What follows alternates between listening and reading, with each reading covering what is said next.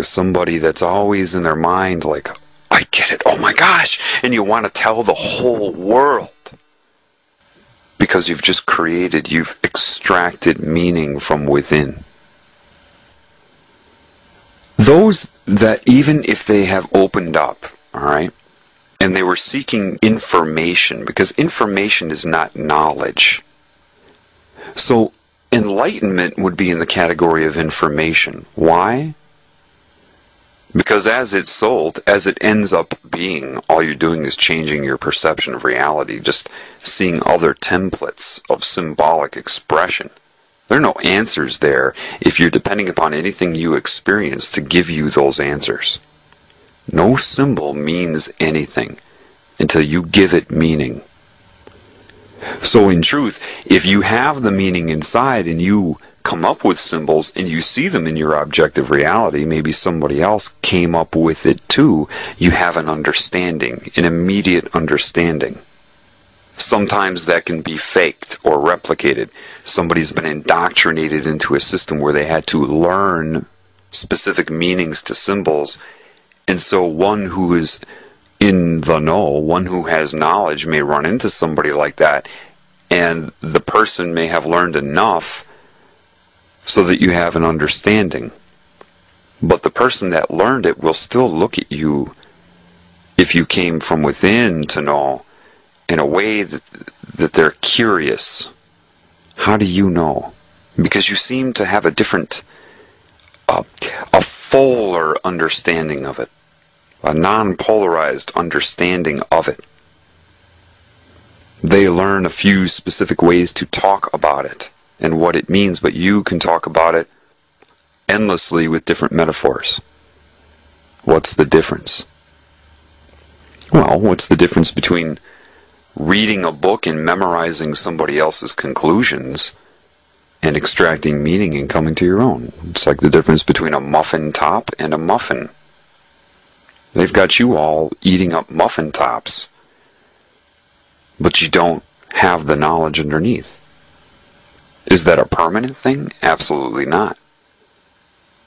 The reason you don't know anything is because many people that do have knowledge, even if they wanted to tell you, it's like they are on a broadband connection and you're on 56K. There is so much information, and unfortunately, as it is right now, the general population has no idea. They look at a symbol. Maybe they're taught a symbol. Either they really don't have any understanding of it, or it's a very limited understanding. If you have knowledge inside of you, you could sit there and talk about that one symbol all day. There's more than one meaning attached to symbols. Like I told you, a deer in the woods can mean more than one thing by stomping their hoof. If you seek the symbol, the muffin top, you will never have the whole muffin. And this is what people do when they try to seek videos and books and all. They're looking for muffin tops. They're looking for the end result. Therefore, you are dependent upon the meaning that is given to you. So somebody in the know, if they're talking to somebody that isn't in the know, it can be very difficult. Why? Well, a very naive thing to say, or if somebody's trying to manipulate you, control your mind, they'll say this: the truth is an easy thing to say. And anybody who speaks for a long time to you, they're trying to manipulate you. Now that's a very naive thing to say. Yes, somebody who depends upon a lot of words, really trying to control what you're thinking, could very well be trying to manipulate you. But if you depend upon length of speech, and that's where your perception lies, you wouldn't be able to tell anyway. If someone's trying to manipulate you, you should pick up on that within seconds, regardless of what they're saying. The truth is something easy to say. If one person in the know is speaking to another person in the know, in other words, you've both reached the same conclusions and you know it. You know when other people know. You just do.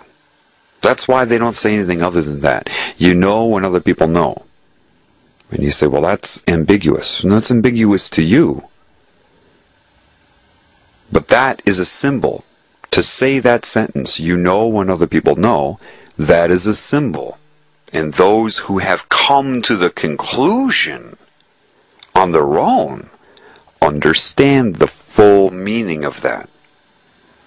Those who may have heard that from some philosopher, and they were told that that philosopher was brilliant, so they decided to dwell upon things the philosopher said. If a philosopher says to you, you just know when other people know, well, you trust that philosopher because everybody has given them a 5-star rating. So you think, well, that must mean something, so I'm going to sit around and think about it. You can't sit around and think about that.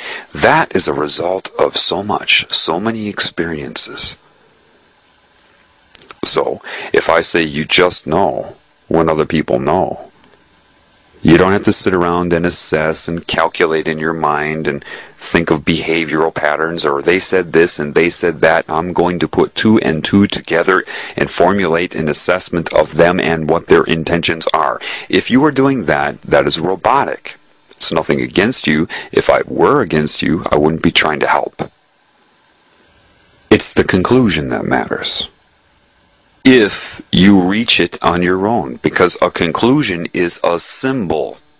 It is a symbolic representation. The quote, the conclusion, that has so much attached to it. All of your experiences that tie into the conclusion. How do you extract meaning? Well, perhaps you have an experience. It could be a social experience, it could be anything. And that experience is finished, and that means nothing to you. Then you have another experience, and you see that it's different, but there's something similar to that other experience. You're kind of like, And then you have a third experience in your life, and it's really similar now, all 3 of them. Then you have a fourth experience that solidifies the similarity and prompts a question. It is the fourth experience that prompted you to ask the question, but it required the other 3 preceding it.